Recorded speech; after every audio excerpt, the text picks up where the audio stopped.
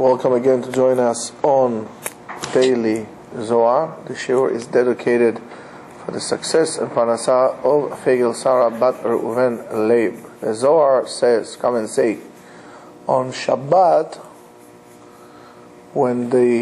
at a time when the day is being sanctified, there is a concept in Shamayim. It's called Etz Chaim. Etz Chaim is this spiritual concept of a stockpile of souls, of neshamot that come out. So on Shabbat, from the stockpile of neshamot, the neshamot would come out, and those spiritual or those souls would actually go down. And it's very interesting that the term that the Zohar used, it says umenashvim, lenashev is to blow. So those souls, those spirits are being blown down to we say, for example, ruach menashevet, the wind is blowing menashvot down for the people down here. Venachim bahem kol yom Shabbat, and they rest in the soul, in the body of the person all throughout Shabbat long. We do have to say that it's not a full extent of a neshama, it's 1/60th of a soul. It is yet powerful enough, 1/60th. It's powerful enough that when the neshama goes out on Shabbat, on Motzai Shabbat, everybody feels a little shvach, you feel a little down. Feel a little down. There's a certain aspect of sadness. So it comes down to the people, and after the Shabbat goes out, they go back to the spiritual world, and they're being crowned with a superior crowns with of great height. And so is HaKadosh Baruch Hu.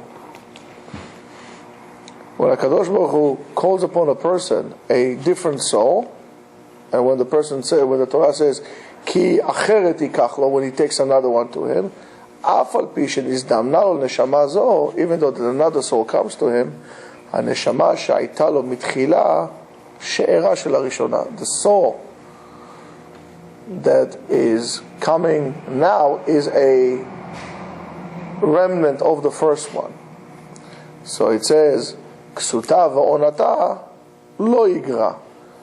The clothing and the other needs of the neshama, as much as the woman has, the man is obligated lo yigra. In other words, you need to maintain that. Sometimes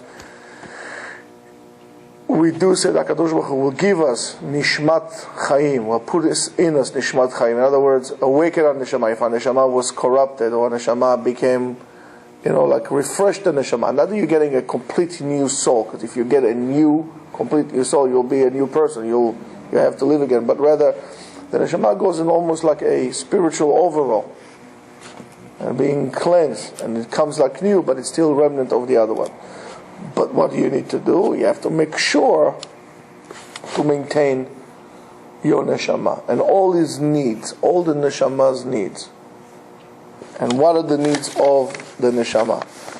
And the neshama, the needs for the neshama is based on what the Zohar says on the pasuk, "Vayidaber Hashem el Moshe le'emor daber el kol adad bnei Yisrael," speak to all the Jews, "Va'amarta kedushim tiyu ki kadosh ani."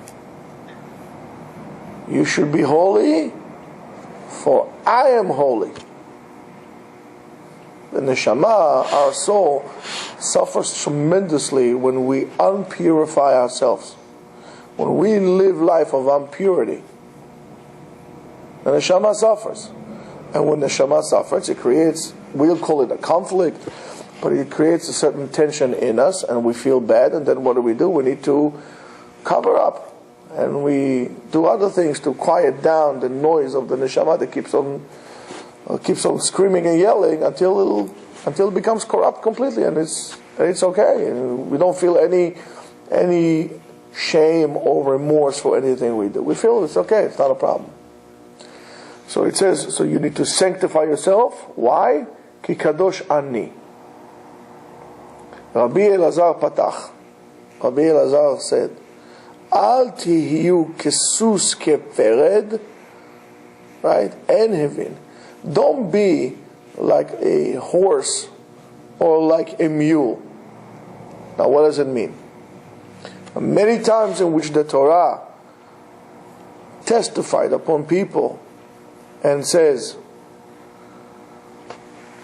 guys, I'm here. And said the Torah says, I called them. I called these people. I called them to come and learn. And the Torah comes and calls us to all directions. And everybody is sleeping. Everybody is busy sleeping, and they're busy with their sleep and with their sins. The Torah is calling you. Where we say every single day there is a heavenly voice that comes out from Har Sinai. In other words, every day a person has his own Kabbalat Torah daily. You know, Kabbalat Torah is not something that happened 3,300 whatever years ago. Every single day a person has to be mekabel upon himself the Torah. And the Torah, of course, is a concept calls upon you, and they're sleeping. And it says, those people who are doing that, אינם מסתכלים ואינם משגיחים באיזה פנים יקום ליום הדין העליון. They don't pay attention, and they're not concerned what is going to be their panim, the character, the face, how they're going to basically show and present themselves at the great day of judgment. They don't care. If they would care, they would do something about it. When that great day of judgment, it was the king, Kadosh Baruch Hu, is going to demand from them the disgrace of the Torah, who was yelling against them every single day. They don't even look at it. They just turn their faces away from it.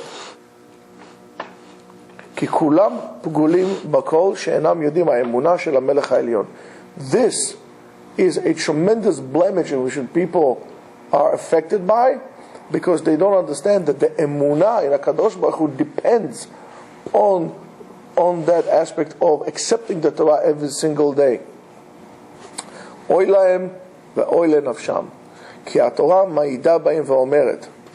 The Torah comes and testify against them, and there's nothing you can do against it. And a person like this, it's called choser lev. He has a lack of a heart, because the heart, you say,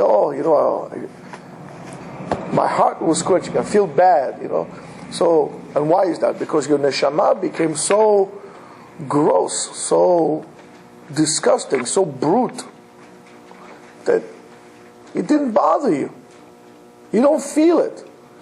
If, like, for example, if you would step on a roach, you don't feel bad, because you got used to killing ants and other insects and so on. If Chaz v'Shalom, a person will get used to kill people, he will get used to it. It won't be a big problem for him. It says, "V'kvar lamadnu ki kol mi she'eino osek b'Torah." Whoever does not learn Torah, asur litkarev etzlo milishtatef imo lasot mischar. The Zohar says that it's be very difficult for you to go and do business with people who don't learn Torah. They're going to cheat you. And even more so, or even lalechet imo baderech, to go with him.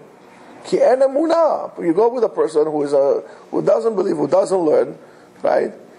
And we learn that kol adam sheholech baderech ve'en imo divrei Torah mitchayev benafsho. Why? Because when you walk in the street, you have to speak divrei Torah. If you're not speaking divrei Torah, mitchayev benafsho, you're putting your life in danger. So how are you going to go with the person who's going to put your life in danger? So people say, hey, listen, nothing happens to me. There are a lot of dangers. Not every danger is a danger with a gun to your head. The spiritual danger is much greater than the physical danger. Because for that, what they're going to do? They're going to take your guns. Okay, so they took away your guns. They took away your bullets. They took away everything. But the damage in which a spiritual or mental abuse can cause is greater than physical. It's very difficult to overcome spiritual or psychological abuse than physical abuse. It's engraved in you. Your head, you have a black and blue, goes away. Your mind stays with you forever. So here too. And why is that? Why is not allowed? Because she'eno machshiv kvod adono v'shelo, she'eno chasad avsho. When you don't, which is a tremendous thing, when a person is not concerned about maintaining his own self, is not concerned about his own well-being, he doesn't care the kavod of Hashem. He doesn't care about himself. He doesn't care about Hashem. You don't care about Hashem. Why do you care about Hashem? Because HaKadosh Baruch Hu told you, watch out, take care of yourself. So you see that it's all evolved around Hashem. And if you thought otherwise, you're wrong. And Amar Rabbi Elazar says, Tame'ani al ador, I'm wondering on this generation. V'kvar ne'emar hadavar. And already says, Al tiyu kesis vefered. En havin. Don't be like a horse or a mule that does not understand. You need to understand. Ashreim hatzadikim oskim b'Torah. Lucky are those righteous people who learn Torah. Umekadshim atzmam, and sanctify themselves b'kedushat melech. Who sanctify themselves with the holiness of God. Nothing in this world is holy by itself. Everything, your holiness will be determined on how close you are to Ribono Shel Olam. And you're far from Ribono Shel Olam, you're not going to be holy. It's like a light source that sheds light on you. If you are in a different room, the light is not going to shine on you. And mimele, you're not going to become spiritual, and then you're going to become like an animal. And for animals, Shabbat was not given, it was given to us. That's why Shabbat is so important. So, yes, there is a physical gym that you have to take care of, but there's also a spiritual one. It starts with Shabbat, and it continues with Torah.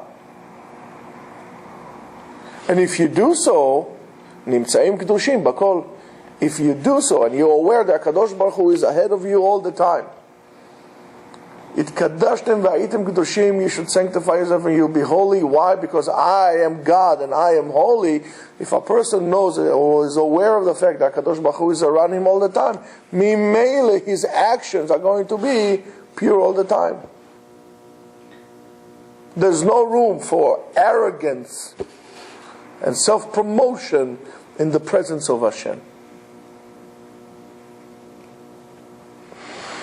And not only them, their children are going to be tzadikei emet, and this is it's a very important concept. Unikraim bnei hamelech banim kedoshim. They're called princes, the sons of a king, holy sons of a king. Why is that? You have to be truthful with the way you live your life, so your children will be truthful. You cannot teach your children for Torah when you are a hypocrite about it. Your sons will go away off the path.